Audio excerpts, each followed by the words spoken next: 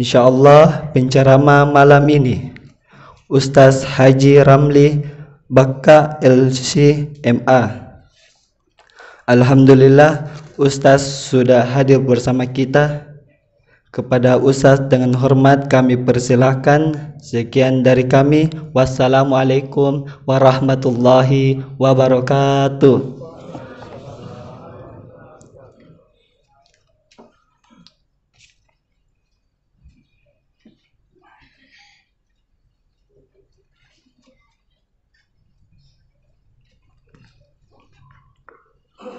Assalamualaikum warahmatullahi wabarakatuh. Alhamdulillahi rabbil alamin. Wabihi nasta'inu ala umuri dunya waddin. May yahdihillahu fala mudilla lahu wa may yudlil fala hadiyalah. Wa asyhadu an la ilaha illallah wa asyhadu anna Muhammadan abduhu wa rasuluh. Allahumma salli ala nabiyyina wa rasulina Muhammadin wa ala alihi wa sahbihi ajma'in. Amma ba'd. Bapak-bapak, ibu-ibu, serta saudara-saudariku yang dimuliakan oleh Allah Subhanahu wa taala. Demikian juga anak-anakku yang saya sayangi. Alhamdulillah, puji syukur senantiasa kita panjatkan kehadiratnya. Oleh karena hingga di malam hari ini, malam ketiga dari bulan Ramadan, kita semua masih diberikan nikmat kesehatan.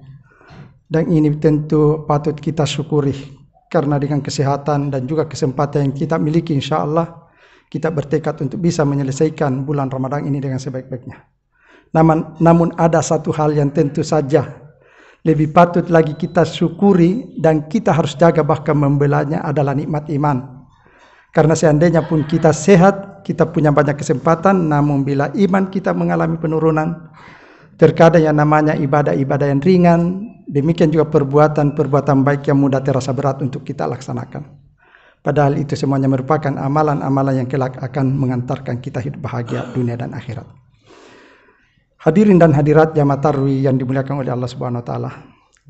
Sebelumnya saya ingin sampaikan, dan tentu saja kita sudah sama-sama mengetahui bahwa ceramah Ramadan ini tentu berbeda dengan khutbah Jumat, di mana khutbah Jumat itu merupakan rukun yang harus ada, dan kalau tidak ada khutbah Jumat maka Jumat pun tidak ada. Kalau ceramah ini sifatnya hanya untuk tausiah, saling mengingatkan. Karena seandainya pun tidak ada ceramah tarwih, berhubung karena ustaznya mungkin berhalangan dan tidak ada yang mau menggantikan, maka tarwih kita tetap sempurna. Oleh karena itu, sebelum saya memulai, saya terlebih dahulu ingin mengatakan, terutama di tempat ini, di mana di sini adalah tempatnya para ustaz-ustaz saya, jadi terkadang kalau saya berdiri di sini, saya tidak menganggap diri saya akan memberikan tausiah, tapi untuk kita saling mengingatkan. Karena di sini banyak sekali ustaz-ustaz saya, tempatnya biasa ketemu di sini dan sebagainya. Sehingga kadang saya memilih-milih apa yang harus saya sampaikan. Kalau saya berbicara tentang Al-Quran, mungkin beliau sudah sering mengajarkan, menyampaikan, bahkan mungkin di fakultas-fakultas. Oleh karena itu, pada malam hari ini, insya Allah, tetap temanya pada Al-Quran, tapi kita angkat sebagai suatu renungan-renungan untuk semakin memperkuat iman kita. Sebagaimana para sahabat dahulu sering mengajak sahabat-sahabat yang lain dengan mengatakan, ta'alu nu'minu sa'ah. Kemarilah kita berkumpul sejenak untuk saling mengingatkan 1 jam saja. Dan ini kita lebih kurang dari satu jam. Hadirin dan hadirat jamaah tarwih yang dimuliakan oleh Allah Subhanahu wa taala. Mungkin kita sudah mengetahui tentang keutamaan Al-Quran. Dan di bulan Ramadan ini identik dengan bulan Al-Quran, karena kita bersemangat untuk membacanya. Kenapa? Karena ganjaran pahalanya dilipat gandakan bi asyari amsalihha ila sab'imi'atin ila at'af. 10 kali lipat hingga 700 kali lipat, berlipat-lipat. Dan Al-Quran itu sendiri, kata Rasulullah, la aqulu alif lam mim harfun walakin alifun harfun wa mimun walamun harfun wa mimun harfun. Saya tidak mengatakan alif lam mim itu 1 huruf, tapi alif 1 huruf, lam 1 huruf, mim 1 huruf. Jadi Al-Quran itu dengan membaca alif lam mim saja sudah luar biasa. Kita mempunyai 30 kebaikan. Apalagi kalau kita membacanya di bulan Ramadan, tentu dilipat gandakan lagi. Bagaimana lagi kalau kita membiasakan dalam sehari-hari kita membaca Al-Quran sampai 1 halaman, sudah berapa kebaikan yang kita dapatkan. Nah, tentu ini semakin memotivasi kita untuk semakin dekat kepada Al-Quran. Tapi ada satu hal yang perlu kita angkat dari Al-Quran ini yang mungkin jarang kita angkat, yang bisa membuat kita semakin semangat, semakin percaya diri sebagai seorang muslim, dan semakin ingin terlibat untuk mendakwakan Islam ini. Kenapa? Sebelum saya mengangkat terlebih dahulu, kita melihat dulu kepada sejarah diutusnya para rasul-rasul sebelumnya. Kita ambil 2 contoh saja di sini. Yang pertama adalah Nabi Musa alaihissalam. Ketika beliau diutus kepada kaumnya untuk menyampaikan risalah kebenaran dari Allah Subhanahu wa taala, dia akan berhadapan dengan tukang-tukang sihir. Masyarakat pada waktu itu sangat menghormati namanya sihir, sehingga kalau kita punya ilmu di bidang tersebut, kita akan mendapatkan tempat yang terhormat. Makanya Fir'aun terkenal dengan banyaknya tukang-tukang sihirnya. Oleh karena itu, ketika Nabi Musa alaihissalam diutus ke sana, tidak akan mudah, tidak mudah untuk bisa menyampaikan risalahnya. Dan orang-orang tidak akan begitu saja mau menerima apa yang dibawakan, bahwa itu adalah suatu kebenaran. Siapa kamu datang ke sini? Kami punya tukang-tukang sihir yang hebat. Ya, makanya Allah Subhanahu wa taala juga memberikan suatu mukjizat, dan mukjizat ini adalah suatu kekuatan yang diberikan kepada para rasul yang melindungi dia, juga sebagai pembuktian kebenaran yang dibawakannya. Maka ketika beliau diutus, dibekali dengan suatu mukjizat yang mirip dengan sihir tapi berbeda secara substansial. Coba kita renungi ketika Allah Subhanahu wa taala berfirman tentang permainan para tukang sihir. Allah Subhanahu wa taala berfirman, "Fa idza hibaluhum wa isiyuhum yukhayyalu ilaihi bi sihrihim annaha tas'a." Begitu hebatnya tukang sihir Fir'aun, orang-orang yang melihat di sekitarnya melihat itu adalah ular, tali temali mereka, tongkat-tongkat mereka yang terbuat dari kayu. Orang semua melihat itu adalah ular, sehingga orang takut. Sampai Nabi Musa sendiri pun khawatir dengan kondisi seperti itu karena begitu hebat. Tapi apa kata Allah Subhanahu wa taala? Fa idza hibaluhum, maka tali temali mereka, wa isiyuhum, dan tongkat-tongkat mereka yang terbuat dari kayu-kayu itu, yukhayyal. Indahnya bahasa Al-Quran, yukhayyal sudah jadi bahasa Indonesia, namanya khayalan. Itu khayalan itu dari bahasa Arab. Kalau dikatakan yukhayyal berarti hakikatnya tetaplah ada tongkat. Tidak ada yang bisa merubah kayu menjadi suatu makhluk yang bergerak, yang mempunyai daging ketika ditebas akan keluar darah dan sebagainya. Tidak ada yang bisa merubah kehendak Allah Subhanahu wa taala. Makanya orang yang melihat itu tetaplah adalah tongkat, tetaplah adalah tali sebagaimana mestinya. Nah, tapi orang yang di sekitarnya melihat itu adalah orang yang bergerak. Seandainya ada orang yang berani dan menangkapnya, dia tidak akan tercederai karena itu adalah tongkat yang terbuat dari kayu. Dan tidak akan mungkin bisa merubah sesuatu tanpa kehendak Allah Subhanahu wa taala. Akan tetapi berbeda ketika tongkat Nabi Musa alaihissalam juga terbuat dari kayu, sama dengan tongkat-tongkat mereka. Ketika Nabi Musa alaihissalam melemparkan tongkatnya, apa kata Allah Subhanahu wa taala? Fa idza hiya hayyatun tas'a, tidak ada kata seakan-akan, tidak ada kata khayalan. Maka tongkatnya itu terbuat dari kayu. Tongkatnya itu adalah ular. Dari semua tongkat dilemparkan ular yang bergerak. Dan kalau ada orang yang berani menangkapnya, boleh jadi dia diserang dan tercederai. Makanya pada saat itu juga para tukang-tukang sihir Fir'aun langsung menyatakan keislamannya, keimanannya kepada Tuhan Musa, sampai Fir'aun mengancam untuk memotong kedua tangannya dan kedua kakinya kalau tidak mau kembali kepada agamanya semula. Dia tetap istiqamah dan mengatakan beriman kepada Tuhan Musa. Kenapa? Karena dia sudah melihat sesuatu yang hakiki. Bukan suatu permainan. Bukan suatu permainan dengan setan, dengan para jin-jin yang membuat kita tertipu dan sebagainya. Demikian juga ketika Nabi Isa alaihissalam diutus kepada kaumnya, dia berhadapan dengan ahli-ahli pengobatan, tabib-tabib. Makanya Allah Subhanahu wa taala memberikan juga mukjizat kepada Nabi Isa alaihissalam supaya dapat diterima dakwanya. Jadi kalau ada yang sudah dibuktikan dengan mukjizat seperti itu, baru baru tetap dia tidak mau menerima, itu adalah mengingkari ya rasa kata hatinya. Ya, maka Nabi Isa pun diutus kepada kaumnya. Ya, karena ahli pengobatan, makanya Allah memberikan juga kelebihan kepadanya, dia bisa mengobati orang yang bisu menjadi berbicara, orang yang tuli bisa mendengar, buta bisa melihat. Barangkali kita mengatakan bahwa ilmu kedokteran sekarang sudah bisa melakukan itu. Kita katakan benar, dengan majunya teknologi benar. Tapi pada stadium tertentu, bisa saja dokter menyerah dan mengatakan ini tidak mampu lagi disembuhkan. Tapi Nabi Isa alaihissalam semua bisa disembuhkan tanpa ada alasan. Bagaimanapun, jangankan orang buta bisa melihat, orang yang mati sendiri bisa dihidupkan oleh Nabi Isa alaihissalam dengan izin Allah Subhanahu wa taala. Kira-kira di mana kita bisa mendapatkan ilmu kedokteran seperti itu? Ya, sampai sekarang tidak akan mungkin.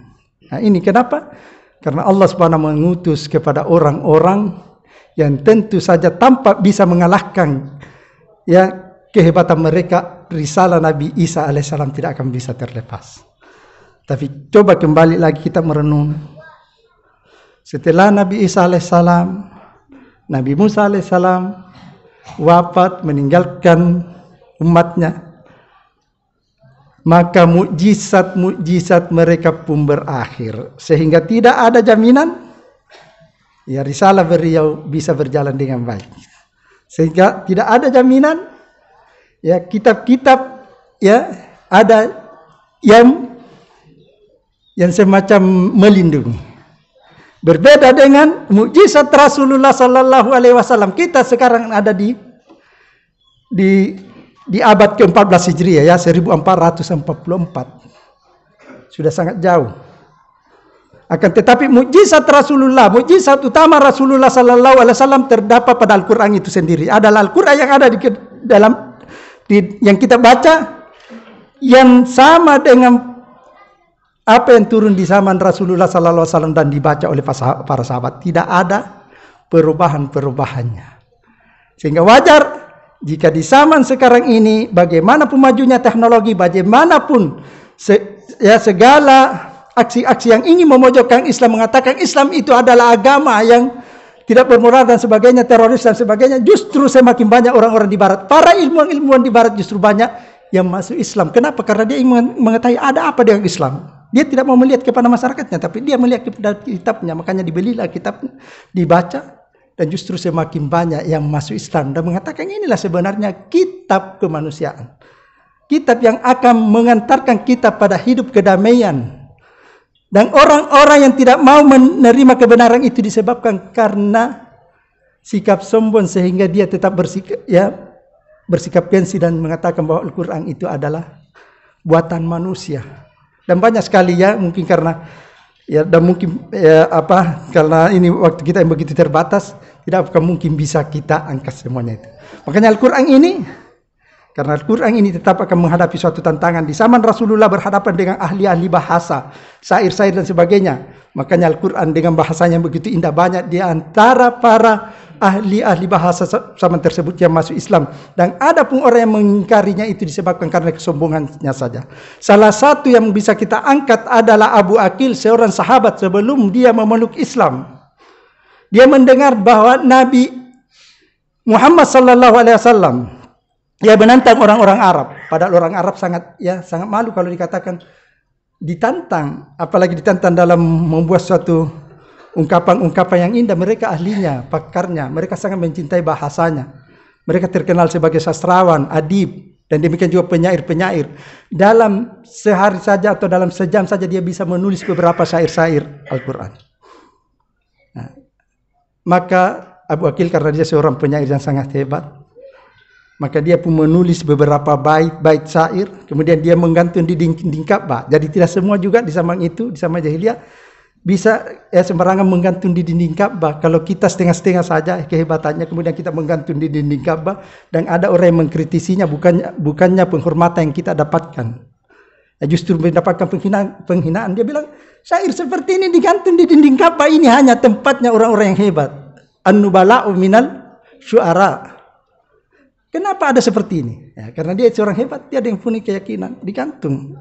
Dan tidak ada yang bisa tidak ada yang mampu mengkritisinya. Nah, setelah itu datang seorang sahabat dan sempat membaca syair-syair yang menantang Nabi kita yaitu Muhammad sallallahu alaihi wasallam.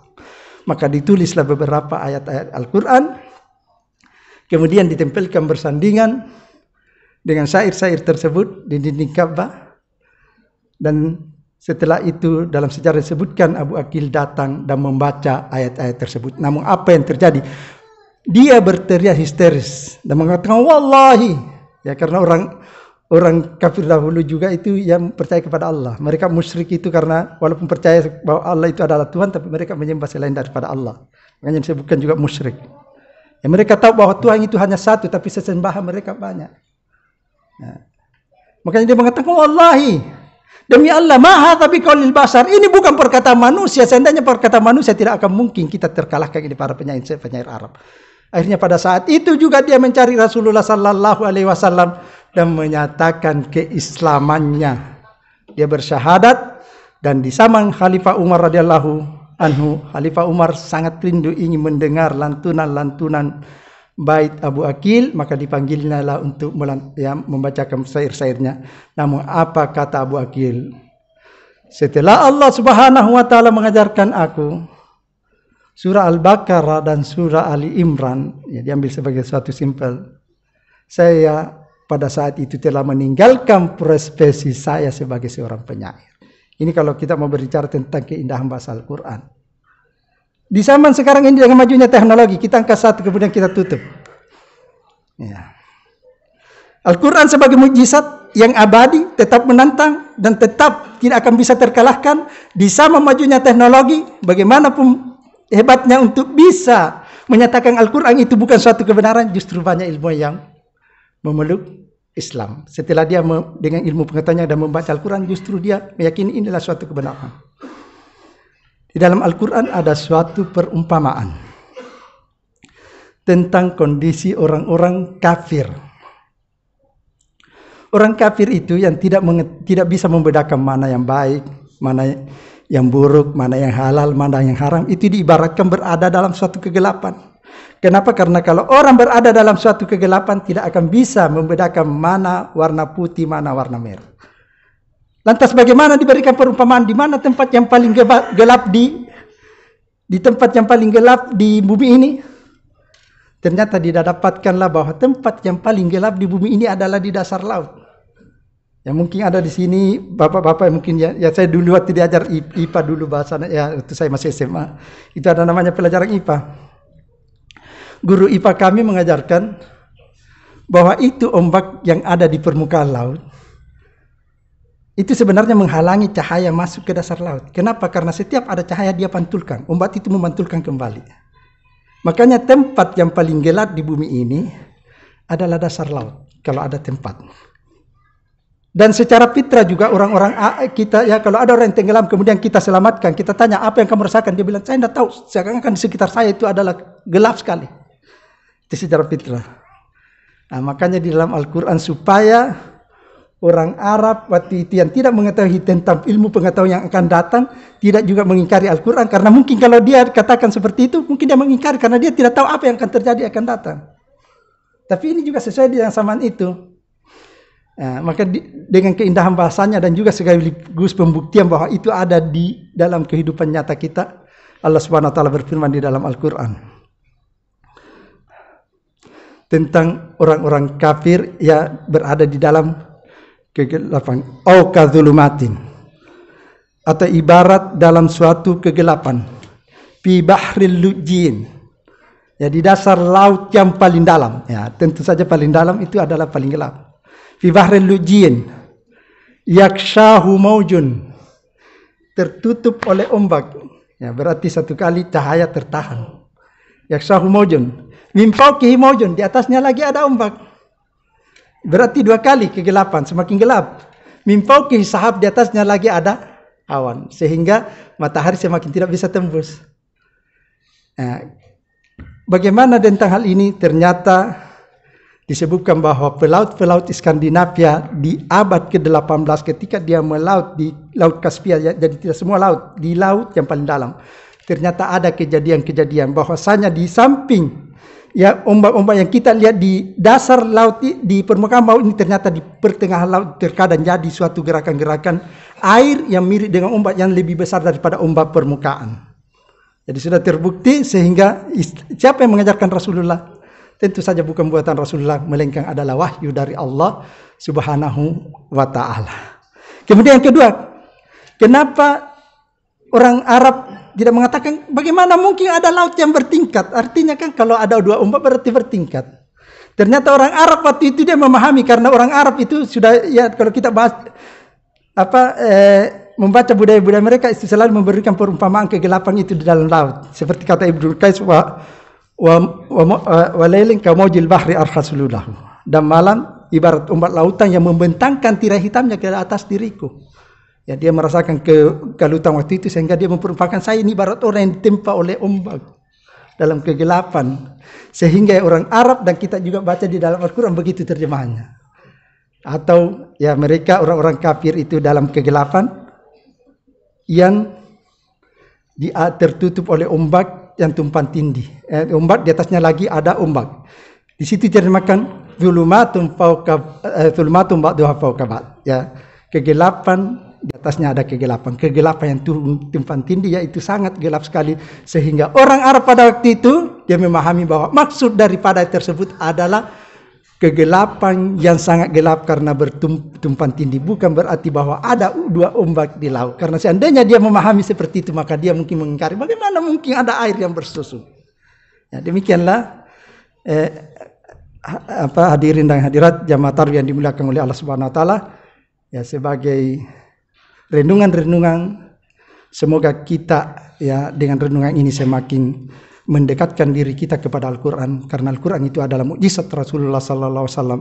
Sehingga bila kita dekat kepada Al-Quran, insya Allah maka itu sama saja kita dekat dengan mukjizatnya dan hidup bersama mukjizat Rasulullah Sallallahu Alaihi Wasallam. Dan mukjizat itu adalah kekuatan ilahi yang diberikan pada Rasulnya yang tidak mungkin terkalahkan dengan segala sesuatu.